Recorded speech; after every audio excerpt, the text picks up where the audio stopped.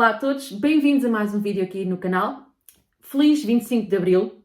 Eu estou a publicar este vídeo propositadamente no dia 25 de Abril, porque se celebra 51 anos desde o 25 de Abril de 1974. Portanto, no ano passado foi assim o grande ano de celebração porque se marcavam 50 anos, não é? Meio século de liberdade e de democracia. Este ano fazemos 51 anos, celebramos 51 anos, um pouquinho mais do que meio século. Eu acho que todos os anos devemos celebrar o vivermos em liberdade e não devemos nunca pensar que a ditadura é coisa do passado e o passado não interessa, a história não interessa, porque devemos viver o presente e olhar para o futuro. Eu acho que não é bem assim, porque o passado e a história, volta e meia, repetem-se. Portanto, acho que devemos aprender, saber mais coisas sobre como era no tempo da outra senhora. Esta expressão aparece num dos livros que eu li recentemente. Para estarmos informados, para vermos sinais, para detectarmos os sinais de que as coisas podem estar a mudar e pode haver determinadas entidades que possam querer um regresso ao passado, um regresso ao fascismo, e nós não queremos de certeza absoluta que isso aconteça. Então eu decidi uma vez mais. Já no ano passado fiz isso e gravei aqui para o canal sobre as minhas leituras relacionadas com a ditadura em Portugal. Este ano voltei a fazer, tenho aqui duas obras para vos falar, duas leituras recentes, duas obras de não-ficção, que falam sobre esta coisa da ditadura em Portugal. Uma das obras, a primeira que vou falar, chama-se Tenho o prazer de informar o Sr. Diretor. Cartas de portugueses à PIDE entre 1958 e 1968, de Duncan Simpson. Ora, esta obra, como eu disse, é uma obra de não-ficção, é um apanhado, um levantamento dos registros que existem de cartas que os portugueses, no tempo da outra senhora, enviaram para esta entidade chamada PIDE, que nós já ouvimos falar, não é? A PIDE, a Polícia Internacional e de Defesa do Estado. A PIDE, a meu ver, eu acho que é essa a ideia generalizada que nós temos, no tempo presente, era uma entidade que usava de mecanismos não tão, por vezes não tão legais quanto isso, não é? De castigar as pessoas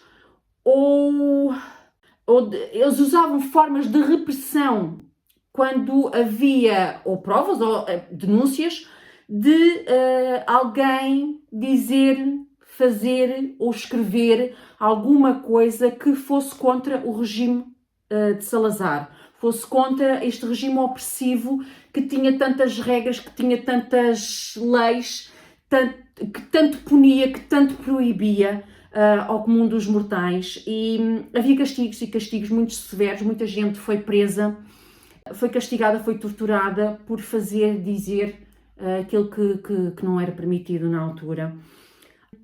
Eu acho que é assim que nós hoje pensamos na PIDE, mas segundo esta obra, segundo o levantamento que foi feito de documentos, de cartas que existem arquivadas na Torre do Tombo, há portugueses que, pelos vistos, não temiam a PIDE, como eu achei que era comum. Ou seja, passo a explicar.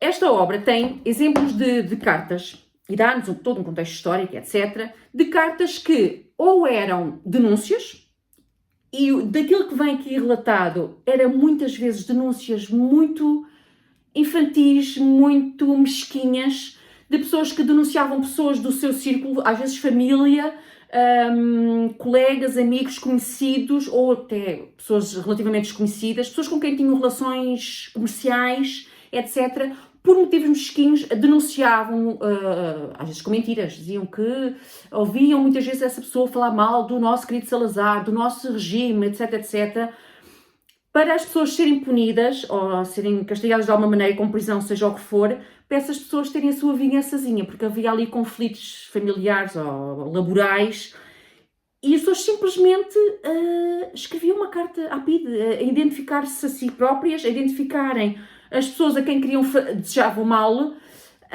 e é tudo tão mesquinho e tão infantil que sinceramente é de arrepiar.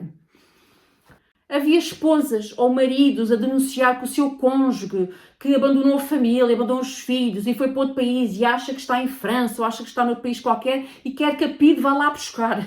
Que a PIDE encontre e vá lá buscar e restitua o marido ou a esposa ao seu país de origem. Coisas disparatadas deste género. Mas depois também havia, e lá está, nós vivíamos... O Portugal dos anos 50, 60, 70 era um Portugal muito pobre, não é? A nível económico, era uma pobreza endémica. As pessoas não tinham grandes perspectivas de vida, porque financeiramente, economicamente, estava tudo na rua da amargura. Não havia trabalho, as pessoas que trabalhavam recebiam muito mal, eram muito pobres. Outras pessoas eram analfabetas ou tinham instrução básica, isso também não ajudava, não é? Então as pessoas o que é que por vezes faziam? Precisavam de se virar para algum lado, precisavam de encontrar rendimentos, de ir buscar dinheiro a algum lado e escreviam cartas, candidaturas espontâneas à PIDE, para irem trabalhar para a PIDE. Como informadores, ou seja em que cargo for. Há as pessoas que só dizem, mas eu tenho 3 filhinhos, 4 filhinhos para criar e não posso e não tenho... se me conseguirem, senhor diretor, se me conseguirem arranjar um trabalho qualquer, e é triste, e é muito, muito, muito triste as pessoas sentirem esta necessidade. E depois há também as petições, as pessoas tentavam-se fazer valer da Polícia Internacional e da Defesa do Estado para serem intermediárias, por exemplo, para fazerem valer os seus direitos, os direitos dos trabalhadores, junto à entidade patronal, por exemplo. Coisas deste género. Portanto, as pessoas tentavam fazer uso da PIDE para coisas que não são propriamente só denunciar pessoas porque fizeram alguma coisa contra, ou estão a conspirar contra o regime de Salazar. Foi estranho e ficou muito claro a pouca instrução que as pessoas tinham. Em certos casos, a inocência que existia, não é? Estar a escrever de uma forma tão irrefletida, por vezes, para uma entidade destas que torturava pessoas. Não é? Será que as pessoas não tinham noção disso? Se tinham, porque é que estavam a escrever para uma entidade destas, a dar os seus dados, morada, nome completo, dar o nome de outras pessoas, só por vingança mesquinha, muitas das vezes, é arrepiante. Por exemplo, estou aqui a olhar para uma carta de uma pessoa que escreve ao diretor da PIDE a pedir trabalho e diz que lhe falta o braço direito, que não pode assim exercer qualquer profissão. Então lembrou-se de dirigir uma carta à Vossa Excelência, se fosse possível arranjar qualquer coisa, escreve mesmo qualquer coisa em que pudesse ganhar a vida.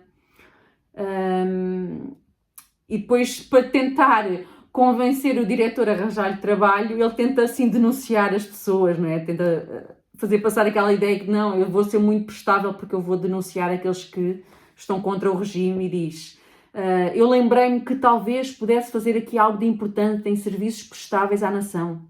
Porque há aqui uns, até está mal escrito, meliantes, escreveu meliantes, que são, e depois identifica-os, não é? José tal, identifica 3 homens que não fazem outra vida que não protestar sobre o regime de Salazar.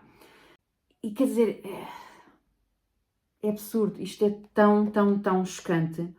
Olhem, foi de certa forma um abrir de olhos também, ter uma noção, foi para ter uma noção mais clara de como é que nos anos 50 e 60 este registro destas cartas começou em 1958, apesar de a PIDE ter sido criada em 1945, mas diz aqui no início, o autor diz no início que isto são documentos que estão arquivados na Torre do Tombo e não há registros, infelizmente diz assim, infelizmente e de forma até hoje inexplicável, os únicos registros que subsistem nos arquivos são os da delegação da PIDE do Porto.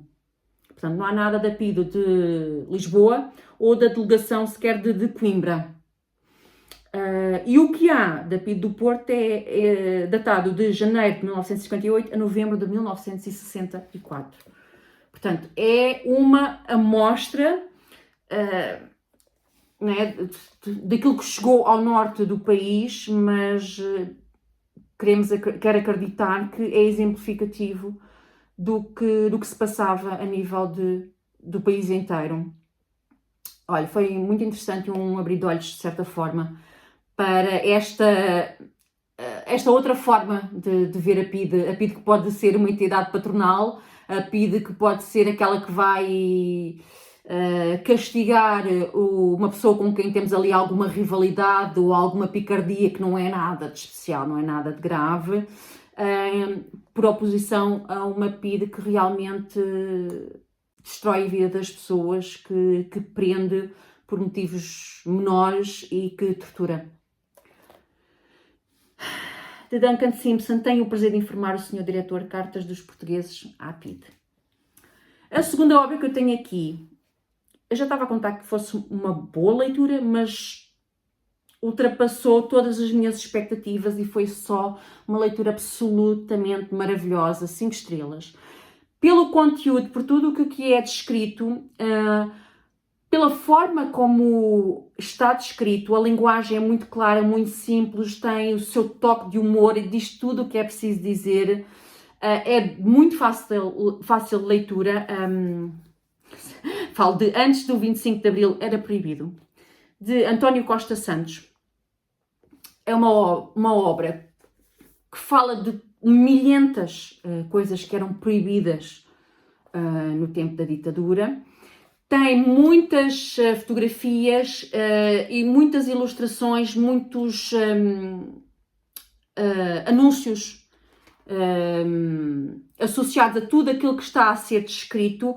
Para as várias temáticas, eles têm sempre várias fotografias, anúncios. Aqui temos um exemplo de uma página do manual da escola, do ensino primário, que demonstra bem o papel da mulher, do papel da mulher neste período. A Coca-Cola, que era proibida em Portugal, está muito bem conseguido. A imagem gráfica é maravilhosa, está muito bem organizado, a linguagem é claríssima. Aqui tem situações, eu acho que esta é a parte em que fala de vários filmes que foram proibidos, livros, autores, havia autores que, independentemente daquilo que escrevessem, não era para publicar, havia obras que eram publicadas, mas depois elas lá detectavam algum problema e continuavam em circulação para não levantar muito alarido, mas proibiam a reedição, por exemplo, coisas desse género.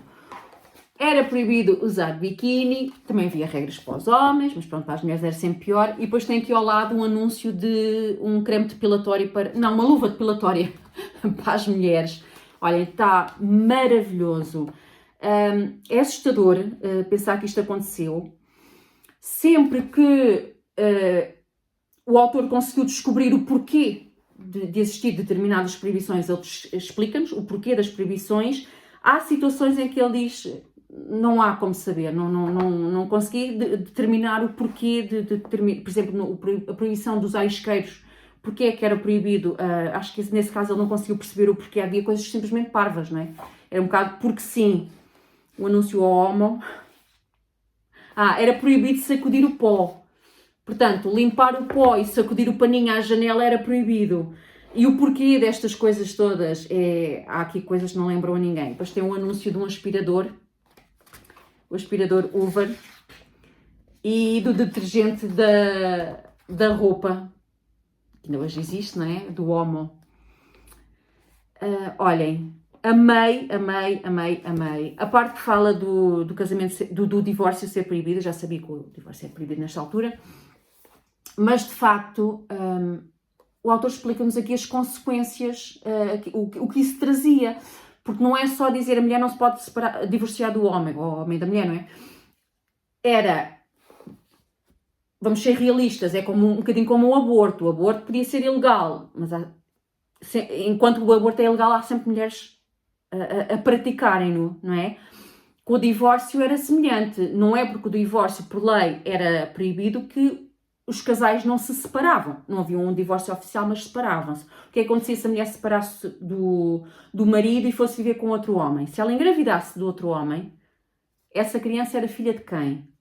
Havia aqui um problema muito grave, Porque se a mulher quisesse registar o seu filho, supostamente acabou de parir, vai registar a criança, o recém-nascido. Se ela registra um recém-nascido como mãe, automaticamente o marido dela, de quem ela está separada, não legalmente, mas de quem ela está separada, é o pai da criança. Mas na realidade ele não é o pai da criança é outro homem. Percebem? Isto pode trazer consequências bastante graves para a vida de uma criança e da mãe. Se a mãe se desse como mãe incógnita, o que era um bocado complicado, mas se acabou de parir, como é que a criança não tem mãe? O pai pode ser filho de pai incógnito, e a mãe? Mas se a mãe fosse mãe incógnita e o companheiro da mãe, o pai da criança, registasse a criança como sendo pai, então a mãe perdia os direitos. Era tudo muito complicado. É grotesco a ausência de direitos, a estupidez das coisas, a dificuldade que criavam na vida das pessoas. A mulher não conseguia sair do país sem autorização de um homem, fosse o pai, fosse o marido, fosse o irmão, tinha que ser um homem. A mulher, para trabalhar fora de casa, o marido tinha que autorizar. A partir do momento em que o marido diz não, a partir da manhã já não vais trabalhar que eu não autorizo, o patrão despedia, porque o marido disse que não podia. Coisas deste género é para não esquecer. É para não esquecer e é para aprender e ficarmos a saber mais, para quem não viveu estas dificuldades, estas proibições, é para aprendermos. Eu acho que isto devia ser obrigatório nas escolas, em algum ano de escolaridade, não sei, 10º ano de escolaridade, ensino secundário. Penso que nos ensinos secundários já há mais maturidade para realmente absorver o que aqui está, mas sem sombra de dúvida esta obra devia de fazer parte. Estou a partir do princípio que não faz parte do PNL. Eu acho que ainda não faz. Deixa-me ver, vou tentar descobrir. A few moments later. Estou aqui a ver que esta obra está recomendada pelo programa Ler Mais do Plano Nacional de Leitura. Recomendada, portanto, não é leitura obrigatória. Certo? Devia ser leitura obrigatória. Vamos fazer desta obra leitura obrigatória, sinceramente.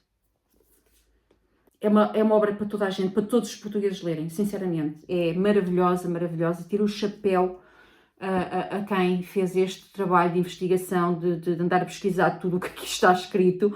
Está aqui muito trabalho, está aqui muita informação e é um trabalho que deve ser aplaudido. E eu tiro-lhe o chapéu ao autor António Costa Santos, que é jornalista. Diz aqui, tinha 16 anos, no 25 de abril de 1974, o autor. Ok? Aqui está. 2 horas para relembrarmos o porquê de celebrarmos o 25 de abril todos os anos com um feriado nacional. São estas as minhas 2 sugestões de leitura. Para quem ainda não conhece estas 2 obras, super recomendo. Digam-me no campo dos comentários se vocês já fizeram alguma leitura este ano dentro desta temática da colonização ou da ditadura, uma ou outra, e qual foi, e se me recomendam algum livro em específico. Eu vou continuar a ler sobre esta temática, faço questão porque me dá imenso prazer e espero que vocês também o façam. Para rematar, não disse no início do vídeo, disse agora, subscrevam o canal se ainda não forem subscritos e recomendem este canal para os vossos amigos, amigas que vocês sabem que gostam de ler e gostam de recomendações literárias. E nós vemos no próximo vídeo. Beijinhos, até ao próximo vídeo.